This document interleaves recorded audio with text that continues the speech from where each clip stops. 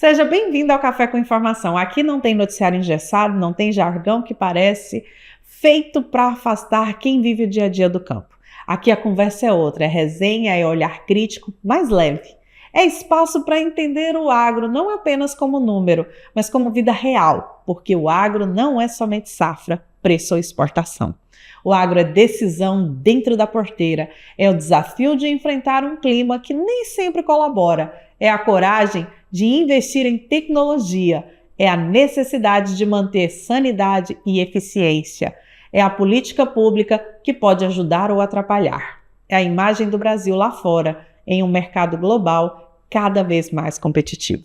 Nesse espaço, a proposta é ir além do óbvio, é falar do agro com um olhar mais humano, mostrando o peso das decisões, a importância das escolhas e o impacto que tudo isso tem no futuro, de quem produz e de quem consome.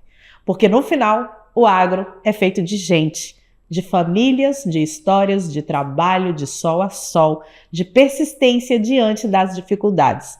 Por isso, cada episódio do Café com Informação é um convite para refletir, para opinar, para enxergar nesse universo que é muito maior do que um grão, uma placa de preço ou uma estatística de exportação. O agro é complexo, mas pode ser comunicado de forma simples.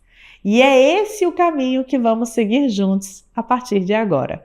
O objetivo aqui é trazer informação, mas também opinião e reflexão. Porque o agro é feito de decisões que vão além do presente, é feito de escolhas que definem o futuro. Portanto, vamos juntos entender o que está em jogo. Então, pegue aí a sua xícara de café, se acomode, porque a nossa conversa está começando.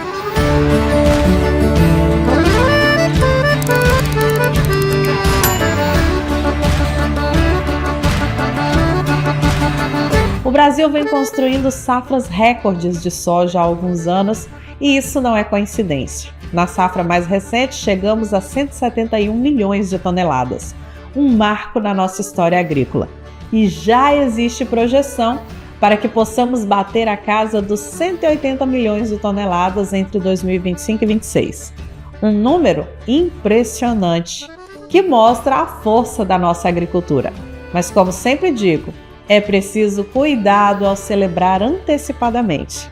Esse resultado não vem do nada. Expansão de área plantada com mais de 1,9 milhão de hectares, adoção de novas tecnologias, sementes mais adaptadas, maquinário com mais precisão e o avanço da agricultura em regiões como Mato Piba tem sustentado essa projeção. São esforços de gerações de produtores que transformaram o cerrado, antes visto como um solo infértil, em um dos maiores celeiros do mundo. Mas, ao mesmo tempo, o clima tem mostrado a sua força. No centro-oeste, o atraso das chuvas já começa a preocupar os produtores. Plantar mais tarde significa reduzir a janela de cultivo, apertar o calendário e, muitas vezes, comprometer a segunda safra, especialmente a do milho, chamada de safrinha, que tem peso fundamental na balança comercial e na produção de ração animal. É um efeito dominó. O atraso em uma cultura pode mudar todo o planejamento do ano. E esse é um ponto fundamental. Números grandes aí na projeção, eles não vão garantir resultados na prática. O clima continua sendo um fator decisivo. E quando o plantio não acontece na hora certa, todo o resto da cadeia fica comprometido, do armazenamento à exportação. Além disso, precisamos olhar para os custos. O preço dos fertilizantes ainda é um peso. Os defensivos continuam caros e as máquinas agrícolas ficaram mais distantes com juros mais altos. Isso faz com que o produtor se sinta pressionado de dois lados. Gasta mais para plantar e, ao mesmo tempo, corre o risco de produzir menos se o clima não ajudar. Nesse cenário, a reflexão é necessária. Vale a pena apostar todas as fichas em uma safra recorde sem planejar a gestão de risco? Talvez seja o momento de produtores e de toda a cadeia de suporte pensarem em estratégias mais resilientes. Investir em tecnologia, sim, mas também seguro rural, em diversificação de culturas, em estratégias que garantam uma margem de lucro, mesmo quando o clima vem contra. O recorde é importante. Ele mostra a nossa capacidade de produzir, mas no final das contas, o que garante a continuidade da atividade é a segurança e a margem do produtor, focada na gestão. Não se trata de produzir por produzir, mas de produzir com inteligência, de manter a fazenda de pé, de dar condições para que o agro continue forte, resiliente e sustentável. O café é uma das principais marcas do Brasil no mundo. Somos líderes globais na produção e exportação, responsáveis por cerca de 1/3 de todo o café consumido no planeta. E o nome Brasil está fortemente ligado ao café arábica, o tipo mais valorizado pela sua qualidade na bebida. Mas a safra de 2026 pode não alcançar a expectativa de uma superprodução. E o motivo é simples: o clima, ou mais especificamente, a falta de chuva no momento certo. A floração do café arábica depende de precipitações regulares no início da estação chuvosa. Se essas chuvas atrasam ou se vêm irregulares, a florada não abre de forma homogênea. E isso impacta diretamente no volume produzido e na qualidade do grão. É exatamente o que estamos vendo nesse momento em regiões tradicionais.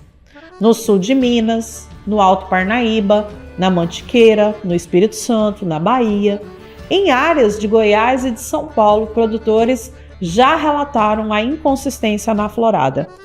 Os especialistas que antes projetavam uma safra recorde, agora já começam a revisar os números para baixo. A super safra pode não vir. E isso traz consequências importantes. Primeiro, o mercado internacional. Menos café de qualidade significa um cenário de preços mais altos. Mas isso não se traduz automaticamente em maior lucro para o produtor. Isso porque o custo da mitigação aumenta. E mais irrigação, mais manejo, mais insumos, mais trabalho para tentar preservar a qualidade e garantir a produção. Segundo, a renda do produtor. Quando a safra vem mais fraca, o caixa fica apertado. E a vida no campo não é feita só de vender café. Há funcionários para pagar, contas de insumos, investimentos que não podem esperar. Mesmo com um preço um pouco mais alto, se o volume cai e o custo sobe, o resultado final é menor. Ainda tem uma terceira questão: a imagem do Brasil. Se somos referência em arábica, os compradores do mundo olham para o Brasil como fonte segura de oferta. Mas se o volume não entregar, outros países podem ganhar espaço. O Vietnã, que já tem aí o Robusta, investe cada vez mais em áreas de qualidade.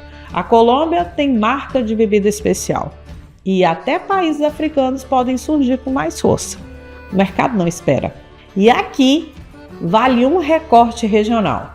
No Tocantins, o café é uma cultura nova e cresce de forma diferenciada. Não temos o predomínio do arábica, mas sim do robusta, que é cultivado em sistemas agroflorestais, integrando árvores, sombra e preservação ambiental.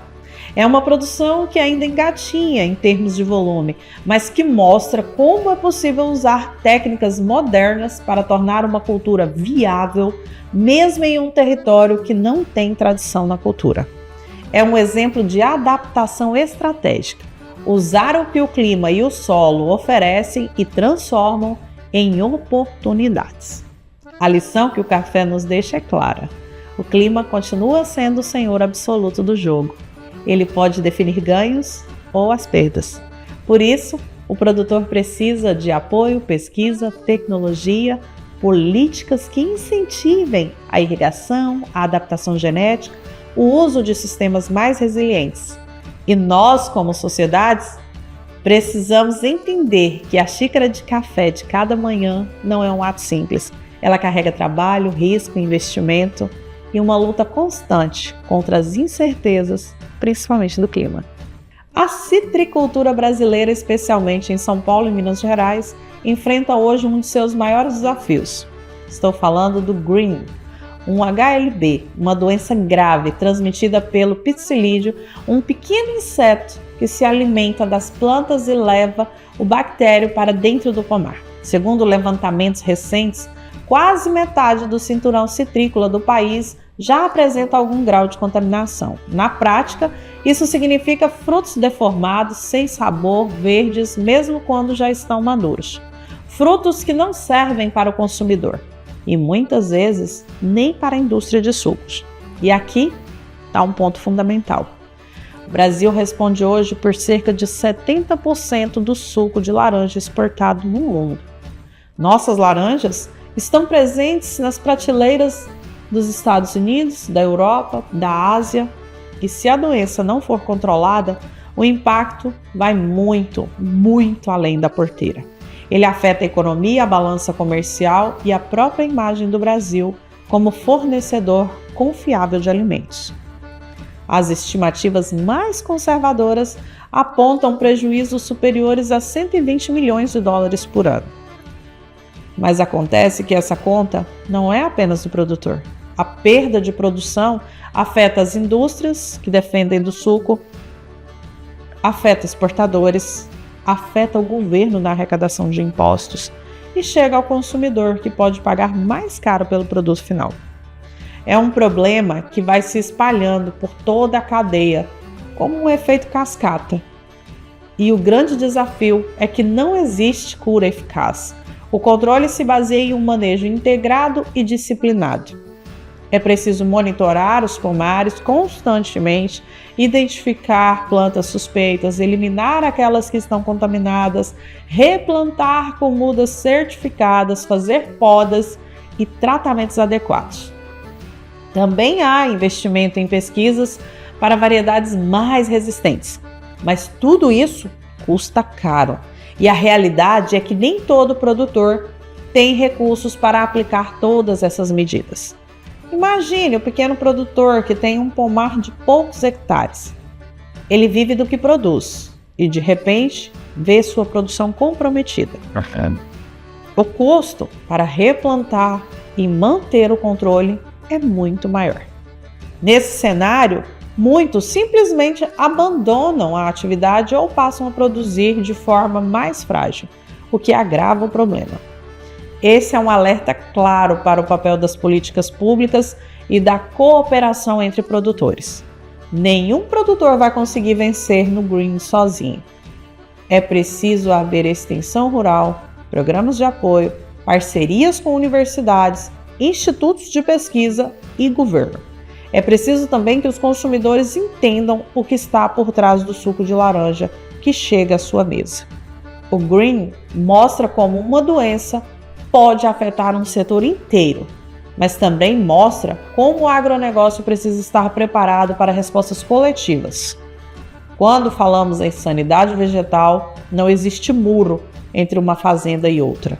O problema de um produtor pode ser o problema do vizinho, e em pouco tempo, o problema de um país inteiro. Portanto, a reflexão que fica é a seguinte: a laranja, que já foi símbolo de abundância, hoje também é um símbolo de vulnerabilidade e cabe a todos, produtores, indústria, pesquisadores, governo, trabalhar para que essa vulnerabilidade se transforme em respostas rápidas, eficazes e coletivas. Porque o mundo olha para o Brasil como referência no suco de laranja e não podemos correr o risco de deixar essa liderança escorrer pelo ralo. Máquina no campo não é luxo, é ferramenta de produção. Cada plantadeira mais precisa, cada colheitadeira mais moderna, cada trator mais eficiente representa dias a menos de trabalho, menos desperdício de insumos, mais qualidade no resultado final. Quem já plantou na base do arado puxado por animal sabe do que eu estou falando. A mecanização foi a chave para o Brasil sair de um país importador de alimentos na década de 70 para um dos maiores exportadores do mundo. Mas o cenário hoje é preocupante. A Deere, fabricante de máquinas agrícolas, uma das maiores do mundo, projetou uma queda de até 6% nas vendas no Brasil em 2026. Isso não é um número solto, Isso reflete um conjunto de fatores: juros altos, crédito mais caro, dificuldade de acessar linhas de financiamento e até mesmo tarifas de importação que encarecem as peças e os equipamentos. No passado, o programa Moder Frota garantiu um salto de modernização nas propriedades. Produtores conseguiram acessar tratores e colheitadeiras com juros subsidiados, parcelas longas, e isso fez uma diferença enorme na produtividade nacional. Hoje, com juros em patamares mais elevados, muitos produtores simplesmente desistem da compra ou adiam a troca. Qual a consequência disso? O produtor fica preso a tecnologias antigas. Uma colheitadeira mais velha gasta mais combustível, demora mais, tem mais perdas na colheita. Uma plantadeira sem tecnologia de precisão pode colocar mais sementes do que o necessário ou não alcançar a profundidade certa na hora do plantio. Cada erro desses representa menos sacas por hectare e, no final, menos renda. Enquanto isso, outros países concorrentes estão se modernizando. Os Estados Unidos e a Europa investem pesado em agricultura de precisão, drones, sensores, inteligência artificial no campo. Até vizinhos como a Argentina e o Paraguai têm políticas de renovação de frota. Se o Brasil travar nesse ponto, pode perder a competitividade. Outro aspecto bem importante é a sucessão rural. A nova geração está mais conectada, mais tecnológica. Quando um filho ou uma filha volta para a propriedade, ele quer trabalhar com maquinário que faça sentido para o seu tempo. Quer monitorar em tempo real, quer informação na tela, ele quer precisão. Se a propriedade não oferecer isso, o desinteresse pela sucessão só aumenta. Ou seja, a falta de acesso a máquinas modernas não é só um problema de produção, é um problema de futuro da propriedade. O alerta da DIR não é apenas um dado de vendas, é um sinal de que o Brasil precisa rever a sua política de crédito para máquinas agrícolas. Precisa criar condições para pequenos, médios e grandes produtores, para que eles possam se modernizar. Porque se tecnologia na porteira, não há como alcançar produtividade, não há como reduzir custos, não há como competir num mercado global. No final das contas, é uma escolha estratégica. Ou o país facilita o acesso a máquinas e garante um agro mais moderno, ou vai pagar a conta de ficar para trás. O governo federal anunciou um pacote de 22 milhões de reais para renegociar dívidas de produtores afetados pelo clima. Essa medida vem em um momento delicado, já que muitos produtores, principalmente os pequenos e médios, sofreram com secas prolongadas, chuvas irregulares e até excesso de precipitação em algumas regiões, o que prejudicou o planejamento e comprometeu a colheita. Para muitos, esse pacote significa sobrevivência, mas é preciso olhar além da manchete. O que de fato esse pacote representa? Na prática, estamos falando de mais prazos para pagar, juros reduzidos, condições um pouco mais suaves. Isso é positivo, claro, dá fôlego para quem está no vermelho, significa ter a chance de manter funcionários, renegociar com fornecedores, dar um respiro para a família que vive da produção. Mas, ao mesmo tempo, há uma pergunta que não pode ser ignorada. Esse pacote resolve o problema ou apenas adia a crise? O histórico mostra que essa não é a primeira vez que o governo lança medidas nesse sentido. Nos anos 90, tivemos a securitização das dívidas. Mais recentemente, linhas do Pronaf e do Pronamp também deram suporte em momentos de crise. Mas o padrão se repete. O produtor se endivida, vem uma seca ou um excesso de chuva, o governo cria um pacote, há um respiro e depois tudo começa de novo. O verdadeiro desafio está na estrutura. Como garantir uma política de renda que funcione mesmo em anos de clima desfavorável? Como ampliar o acesso ao seguro que ainda cobre menos de 20% da área plantada no Brasil? Um seguro que, de fato, indenize quem perdeu safra e não seja um instrumento cheio de burocracia. Como estimular o investimento em tecnologias que reduzem vulnerabilidades, como irrigação mais eficiente, sistema de alerta climático, variedades mais resistentes? E há um ponto central: o campo não pode ficar refém de pacotes pontuais. O produtor precisa de um sistema mais robusto, que combine seguro rural, crédito inteligente, assistência técnica e orientação para a gestão financeira. Não é apenas dar dinheiro, é dar condições para que o produtor planeje melhor, diversifique sua produção, tenha reserva e se torne mais resiliente do que já é. Esse pacote de 22 bilhões é sim um alívio, mas ele não é uma solução definitiva. Se o Brasil quiser um agro forte, precisa pensar menos em remendos e mais em políticas de longo prazo. Porque todo produtor sabe, plantar é um ato de fé, mas só a fé não paga a conta no final do mês. É preciso ter segurança para continuar produzindo, independente se o ano vem de chuva ou de seca. O operador nacional do sistema elétrico emitiu um alerta que não pode ser ignorado. A carga de energia do Brasil deve ter queda nos próximos meses, e os reservatórios das hidrelétricas podem ficar mais baixos do que esperado.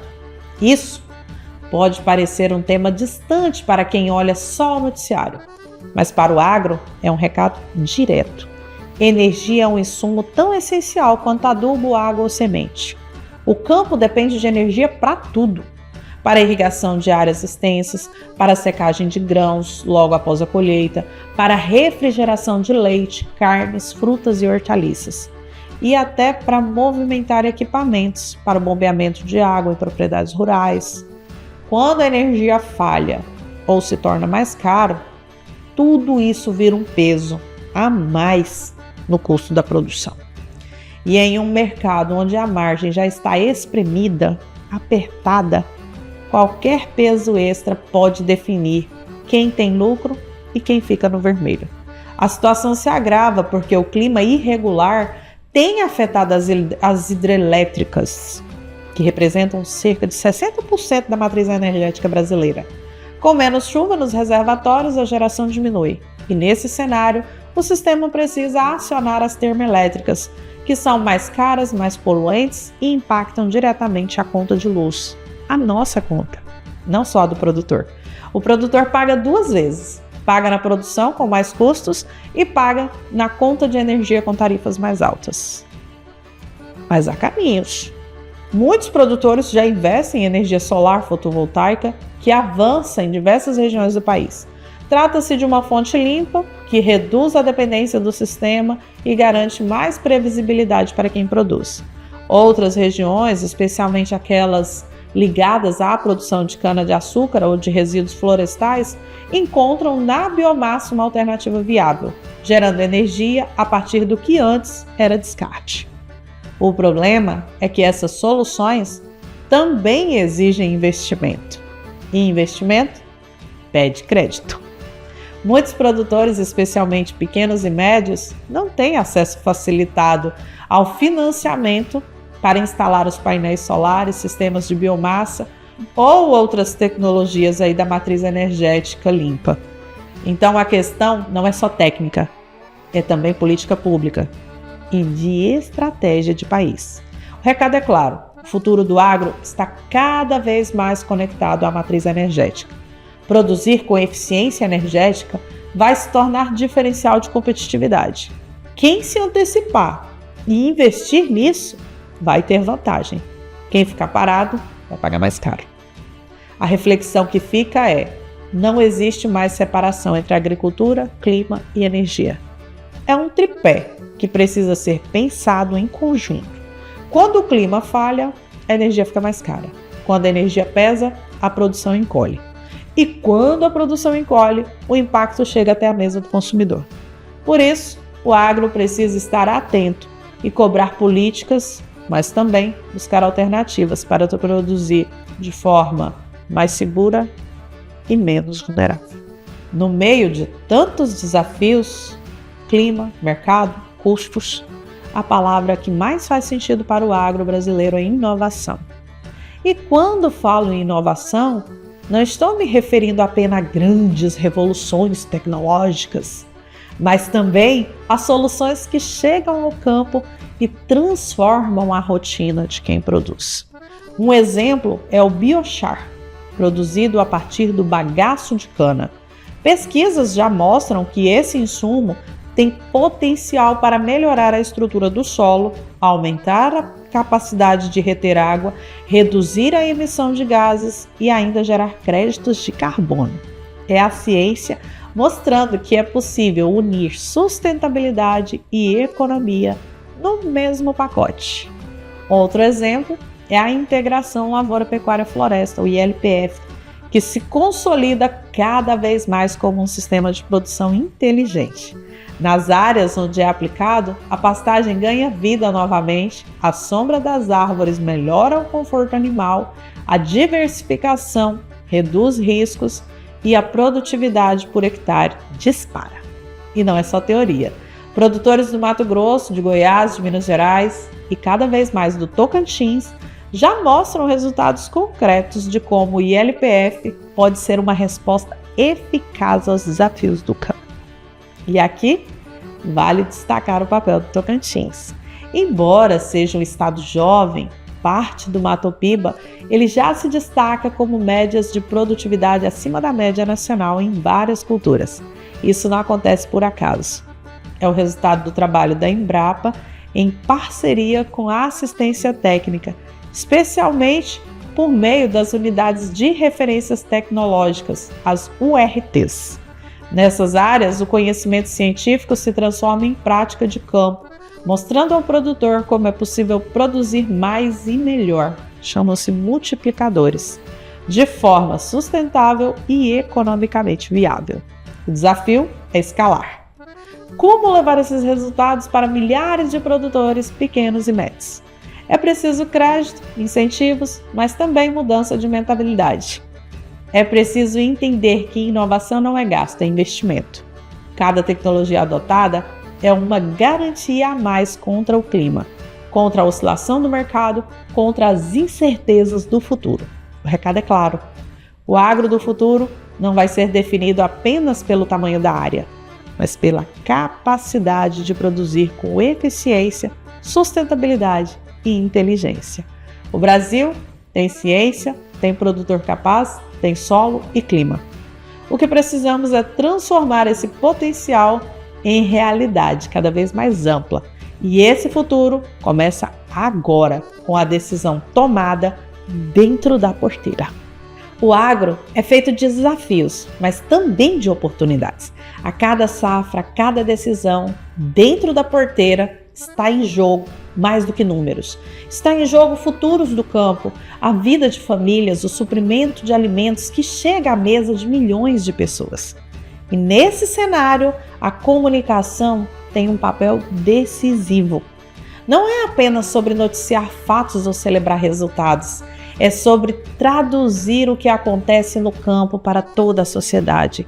É dar voz ao produtor, ao técnico, ao pesquisador, às mulheres e homens que constroem esse setor todos os dias.